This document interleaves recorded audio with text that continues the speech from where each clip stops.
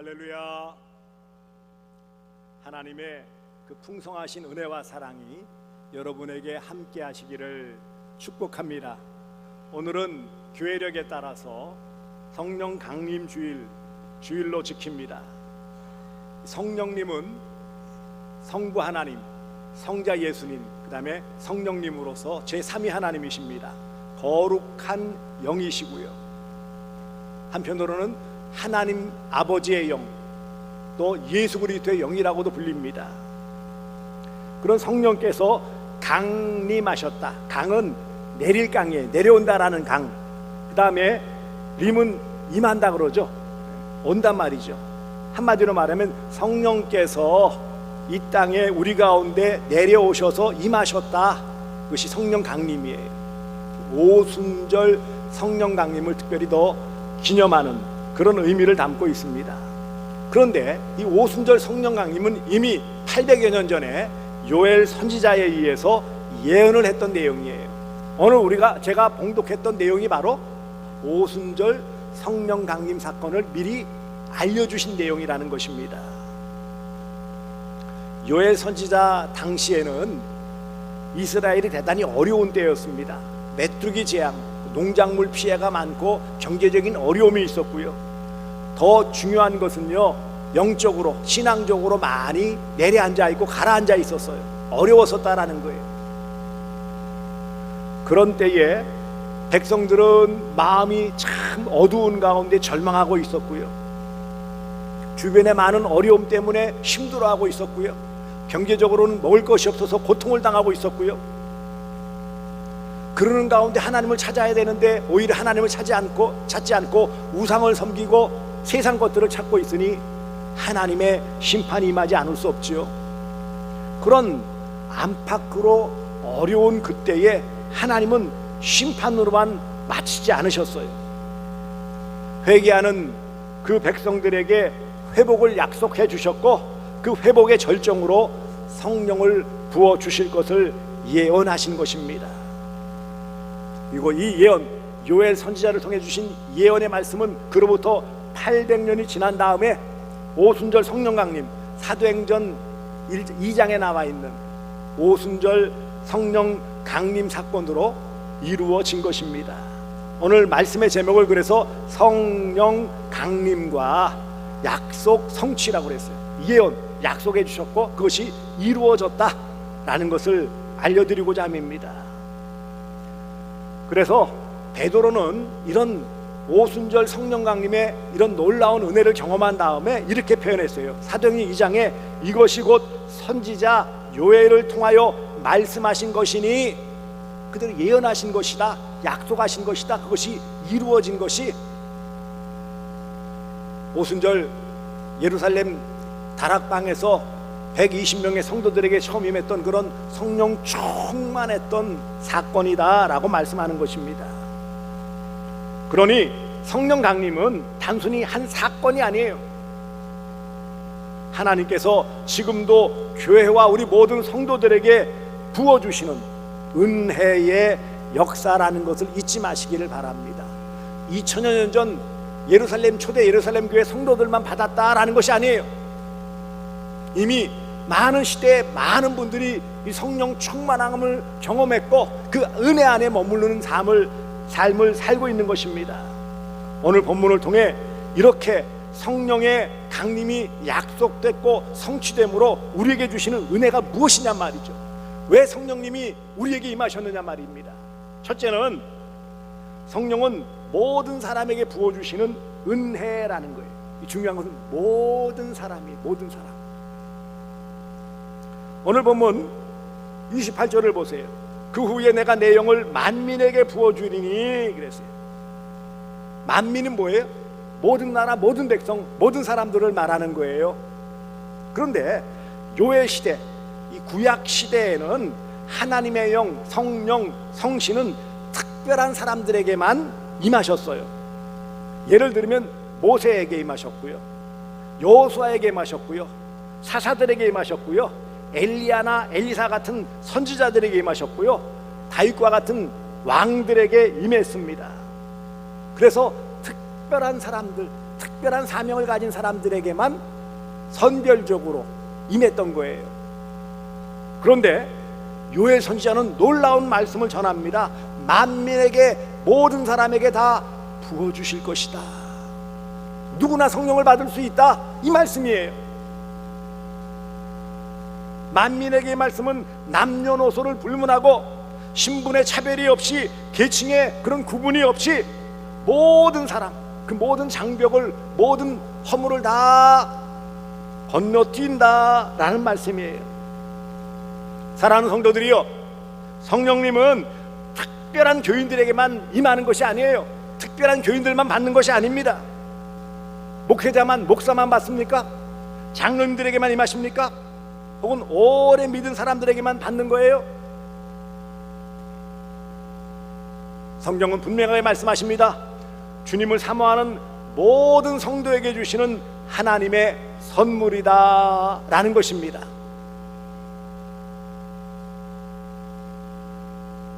그러므로 우리는 이 부어주시는, 모든 사람에게 부어주시니 우리가 믿는 모든 자에게 임하신 성령이에요. 여러분, 지금 이 자리에 나와서 예배드린다는 의미가 뭔지 아십니까? 이미 성령이 내게 임하셨고, 성령이 나를 발걸음 인도하셔서 이곳에 오게 해주셨고, 성령이 믿음으로 고백하여 하나님은 나의 아버지이시고 예수님은 나의 주님이십니다 라는 고백을 하고 믿음을 주셔서 이 자리에 나온 거예요. 발걸음조차도 이 자리에 나온 거예요. 그러니 여러분들은 이미 성령이 임하셔서 성령의 부어주심을 따라 성령으로 믿고 성령으로 이제 고백하고 성령으로 이와 같이 행동을 하고 있는 거예요. 이것이 바로 증거예요.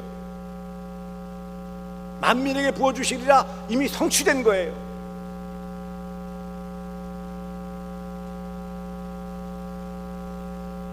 우리가 잘 알고 있는 19세기의 유명한 부흥사 D.L. 무디라는 분이 있죠. 이분은 사실 정규교육을 받지 못한 분이에요. 가난한 데서 더욱이 배우지 못해서 구두 수선공, 구두를 만들고 고치는 그런 일을 하던, 한마디로 구두 가게 직원이었어요. 어느 날 교회학교 교사가 복음을 전하러 왔다 그 복음을 듣게 되어지고 마음에 믿음이 생겼어요. 열심히 교회를 다니는 가운데 나도 나에게 복음 전한 그 교사처럼 학생들을 가르치고 싶은데 가서 말을 했더니 안 된다는 거예요. 점잖게는 믿은 지 얼마 안 되니까 그런 말이지만 뒤로는 뭐예요? 뭘 많이 배우지도 못했으면서 이런 은근한 것이 느껴지는 거예요. 그렇지만 하나님 앞에 엎드리며 나도 나에게 복음을 전한 그런 주일학교 교사처럼 나도 복음을 전할 수 있도록 힘을 주세요. 성령이 그에게 함께 하실 때에 그는 알았습니다 그러고 나가서 동네에 다니면서 아이들을 모아가지고 자기가 스스로 반을 만들었어요. 반을 만들어서 열심히 잘 가르치는데 뭐 말을 잘하고 성경 내용을 많이 알고 그랬겠어요? 그렇지만 많이 배우지 못했던 그런 무디이지만 성령이 그의 마음을 감동시킴으로 그 아이들이 변하게 되어지고 점점 늘어나는 거예요. 그러니 다른 교사들 반은 뭐 한두 명 늘어날까 말까 뭐 그대로 유지하는데 D.L. 무디의 반만 계속 늘어나니까 어떻게 해야 돼요? 나눠줄 수밖에 없었고 정식 교사를 임명하지 않을 수 없었고요. 그런 은혜를 받은 그가 나중에 이런 복음을 전하는 자로서 정규신학을 다 공부한 사람이 아니에요. 그가 설교를 하면은 얼마나 많은 문법을 틀렸는지 사람들이 조롱하는 거예요. 좀 똑바로 문법이나 제대로 맞히라 할 만큼 많이 배우지 못했으니까요. 문법적으로 앞뒤가 말이 맞지 않는데도 불구하고 성령이 함께 하시니까 은혜가 넘치고 한 지역이 아니라 전국을 다니며 미국 전역을 다니고 또 세계를 다니면서 부흥사로서 복음을 전하며 많은 영혼들을 구원하는 데 쓰임받았어요. 많이 배워서요? 부자였기 때문에요? 인물이 뛰어나서요? 아니요. 오직 하나, 성령이 그의 마음을 붙잡고 역사하심을 통해 한 세대를 풍미하는 그런 놀라운 부흥사로서 복음 전도사로서 하나님께 쓰임받을 수 있었던 것입니다. 사람은 학력이나 조건이나 여러 가지 외모를 보지만 하나님은 그런 것을 보지 않으세요. 하나님은 겉모습을 보시는 분이 아니세요. 하나님이 쓰시고자 하는 그런 성도는 성령을 부어 주셔서 그 사람을 일꾼으로 사용하시는 것입니다. 성령의 역사는 사람의 자격이 아니라 하나님의 은혜로 시작되어진다 라는 것을 기억하십시오. 이 구원의 역사와 동일해요. 여러분, 구원받는 것이 무슨 인물이 좋아서 부자여서 많이 배워서 똑똑해서 받는 거예요? 아닙니다. 전적인 하나님의 은혜예요. 성령의 부으심도 마찬가지입니다. 사랑하는 대구 서남교회 성도 여러분, 여러분은 성령님을 사모하고 계십니까? 흔히 우리는 이런 말을 해요. 뭐 좀 이렇게 시키려고 하면, 아이고 목사님, 저는 부족해서요, 저는요 많이 배우지를 못했고요, 저는요 나이가 많아서 안 돼요, 저는 가진 게 없어요, 이런저런 변명과 핑계를 합니다. 이런 생각을 내려놓아야 돼요. 아니, 그러면 나이 많아서 배우지 못해서는 천국도 못 가요? 근데 그거는 가고 싶대. 또 천국이 제한 없이 갈 수 있듯이 우리의 모든 은혜 가운데 쓰임받는 모든 모습도 제한 없이 쓰임받을 수 있음을 믿으시기를 바랍니다. 이런 패배적인 생각들, 부정적인 생각들을 다 내려놓아야 돼요. 하나님은 오늘도 우리 모든 사람들에게 성령을 부어주시며 또한 사용하시기를 원하신다라는 사실입니다. 오순절 성령 강림, 이것을 통해 우리가 첫 번째 배워야 될 것은 무엇입니까? 모든 사람에게 부어주셨다. 나도 받았다. 우리 모두가 받았어요. 그것을 우리가 깊이 깨닫느냐 못 깨닫느냐, 그것을, 그 은혜를 잘 내 안에 간직하며 활용하느냐 아니냐에 따라 다를 뿐, 다 주셨어요.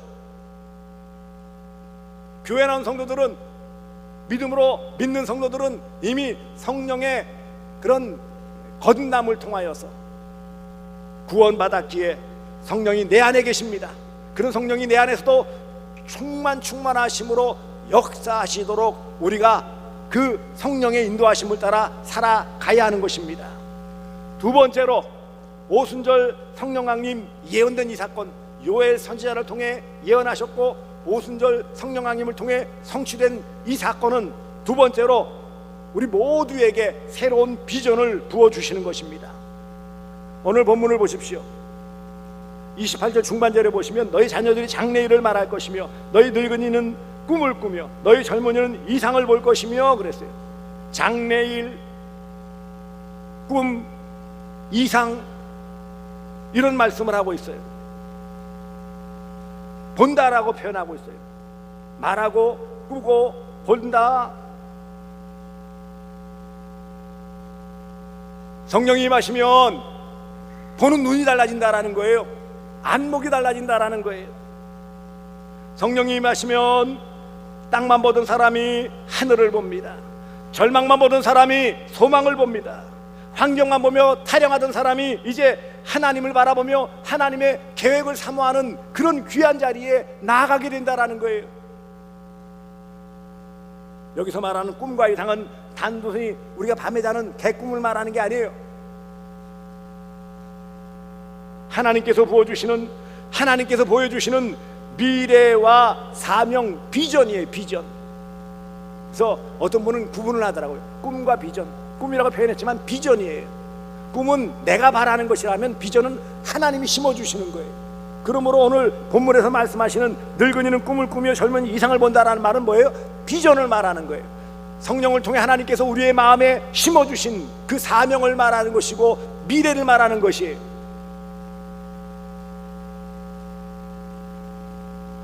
성령은 인생을 바꿔줍니다. 인생의 방향을 바꿔줘요. 우리는 지금 내 마음에 부어주신 비전을 품고 하나님의 뜻을 따라, 인도하심을 따라 잘 살아가고 있습니까?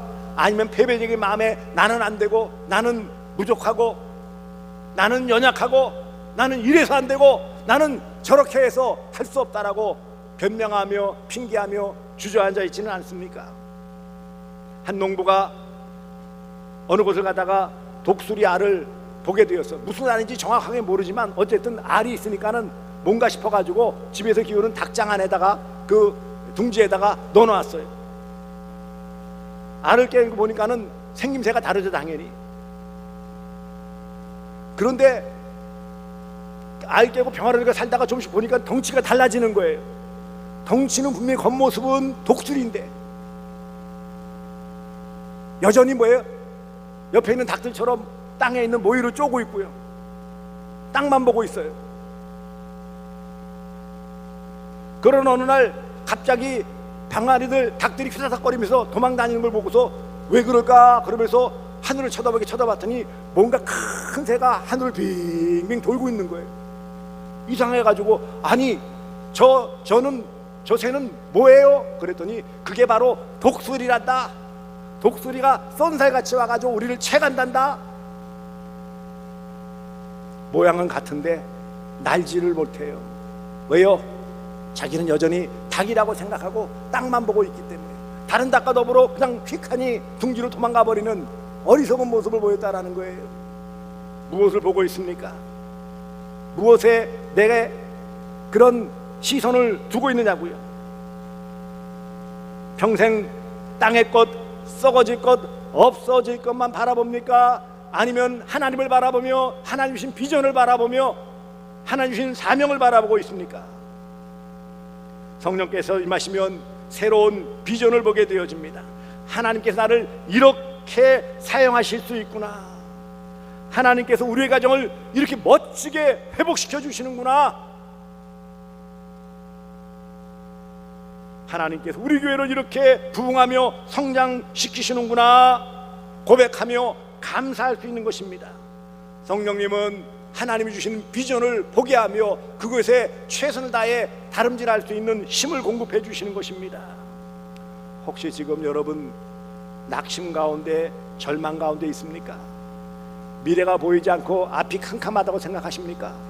분명한 사실은 아무리 먹구름이 끼고 비바람이 쳐도 그 뒤에는 반드시 태양이 있듯이 우리의 믿음의 눈, 성령께서 우리와 함께 해주심을 통해 바라보게 하시는 이 비전의 시각은 그 너머에 계시는 하나님을 바라보게 하시며 하나님의 손길을 바라보게 하는 놀라운 능력이라는 사실을 잊지 마시기를 바랍니다. 성령님은 우리의 절망의 눈을 소망의 눈으로 바꿔 주시는 것입니다. 불신앙의 시선을 믿음의 시선으로 바꿔 주시는 거예요. 하나님은 성령을 통하여 꿈꾸고 비전을 보게 하시는 것입니다. 실패자의 눈이 아닙니다. 성공자의 눈이에요. 패배자의 눈이 아닙니다. 승리자의 눈이에요. 그러므로 성령께서 주시는 이 비전, 성령을 통해 우리에게 주신 이 비전, 이 안목으로 앞날의 걸음을 한 걸음 한 걸음 옮겨 놓으시기를 주님의 이름으로 축복합니다. 만민 우리 모두에게 부어주셨고 우리 모두에게 비전을 주시는 성령님이라면 그냥 이것으로 그칩니까? 아니요. 우리 모두에게 주시고 비전을 붙고 나아갈 수 있는 능력을 주십니다.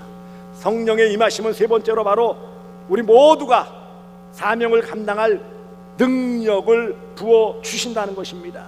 오늘 본문을 보십시오. 29절 보시면 그때에 내가 또 내 영을 남종과 여종에게 부어 줄 것이며, 당시 남종 여종은 노예를 말하는 거예요. 가장 낮은 계급, 낮은 사람, 하찮은 사람, 인간 취급도 받지 못하는 사람이에요. 인정받지 못하는 사람들이에요.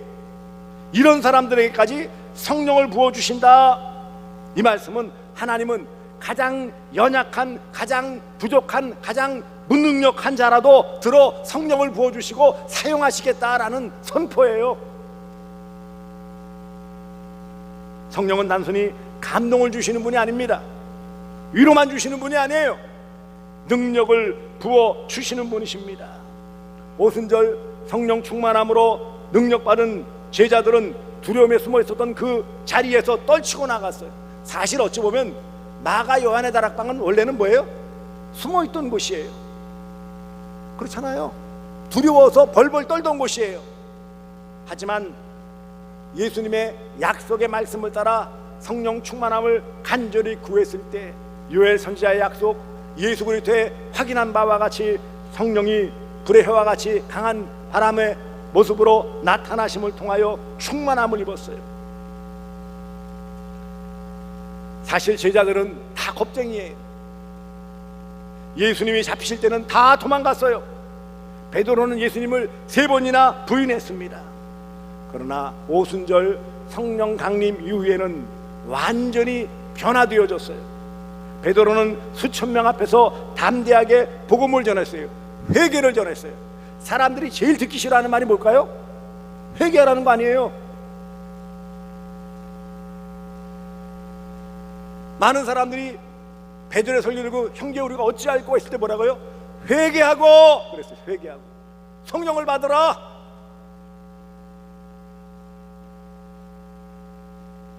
성령을 통해 겁쟁이에서 증인의 삶으로 변화되었고 무능력자에서 능력자로 변화된 것입니다. 사도행전 1장 8절 오직 성령이 너희에게 임하시면 너희가 권능을 받고 예루살렘과 온 유대와 사마리아와 땅 끝까지 이르러 내 증인이 되리라. 할렐루야. 성령이 임할 때 능력을 받는 거예요.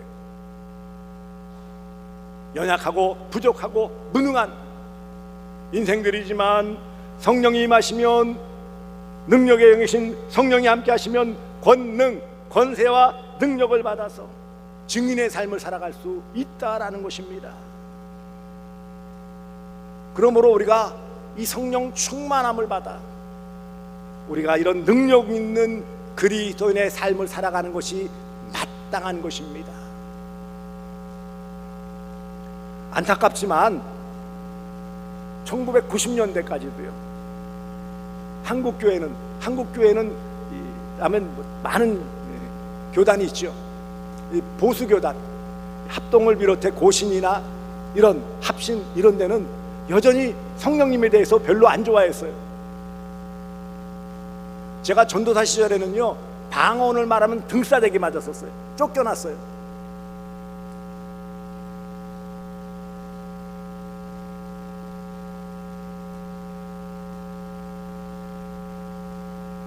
(79년도)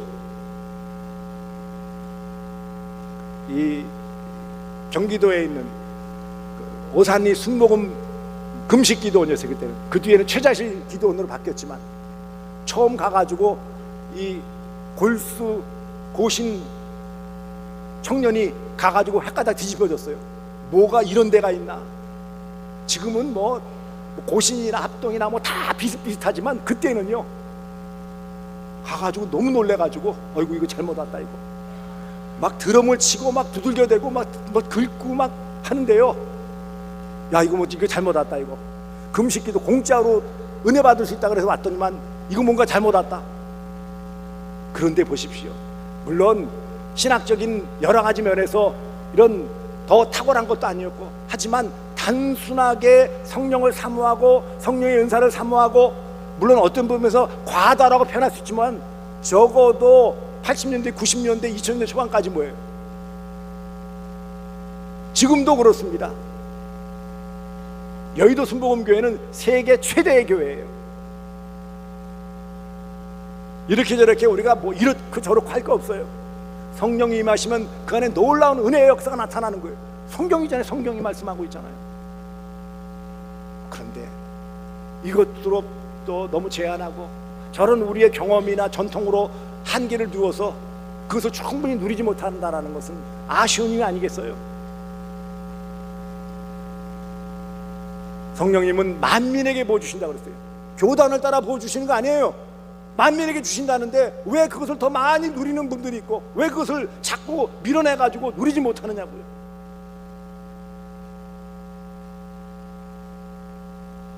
그것을 통해 비전을 품게 해주셔서 분명한 안목을 가지고 하나님 앞에서 삶을 살게 해주고 그것을 충분히 감당할 수 있는 능력을 부어주신단 말입니다. 가정의 문제, 직장의 문제, 사업의 문제, 교회의 사역, 전도의 사명, 큰 틀에서 인생의 문제, 이것을 우리 스스로의 힘으로 감당할 수 있을까요? 우리는 무능력해요. 한순간도 안심할 수가 없어요. 이런 말씀 드리면 죄송하지만 제 평생에 하루 주례를 2번 쓴 적이 있어요. 우리 교회 와서요. 주례를 2번 쓴 적은 있었어요. 그런데 있죠, 제 평생 목회생활 43년 만에 한날 입관 예배 2번 드린 적은 처음이에요. 그게 어제 있었어요. 어제 제 후배 목사 이제 56 된 목사가 암으로 하나님의 부르심을 받았어요. 참 마음이 너무 아프더라고요. 더 공교롭게도 뭔지 아십니까? 아니, 동산병원 장례식장 여기저기예요. 물론 한편으로는 감사하고 다행한 일일지 모르지만, 공교롭게 제가 시찰장이라 이 목사 입관 예식을 제가 주행할 수밖에 없었어요. 설교를 할 수밖에 없었어요. 마치고 또 돌아서 가지고 주르륵 이호실 가가지고 이용 식사님 모친 우리 이광수 전사님 시어머니 입관 예식을 또 진행했어요. 느끼는 게 뭔지 아십니까? 자, 한쪽은 56, 한쪽은 90. 그런데 56이든 90이든 부르면 뭐예요? 가야 되는 존재예요. 속절없어요. 그만큼 인생은 무능하다라는 거예요. 우리가 뭘 발버둥 치고 애를 쓴다고 다 해결할 수 있을까요? 건강 문제, 박현민 목사는 건강 단단했어요. 최고로 단단했고요. 건강 남부럽지 않았어요. 아프다는 소리를 못 들었었어요. 무슨 소용이 있어요? 그런데 우리 힘으로는 어렵습니다. 성령이 함께 해주실 때 가능한 것입니다. 성령이 함께 해주실 때 우리는 사명을 감당하는 능력이 있고 우리의 삶을 영위할 수 있는 힘이 생기는 거예요. 말씀을 맺습니다.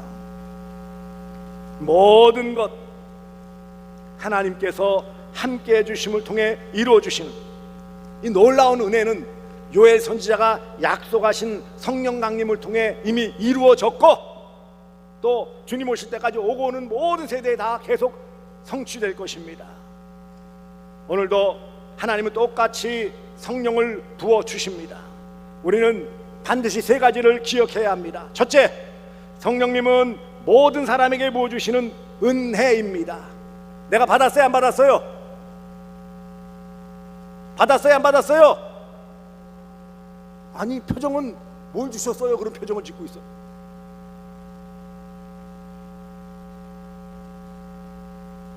여러분이 이 자리에 나와 앉아있는 것 자체가 이미 성령이 그 마음에 계시기 때문에 나올 수 있는 거예요.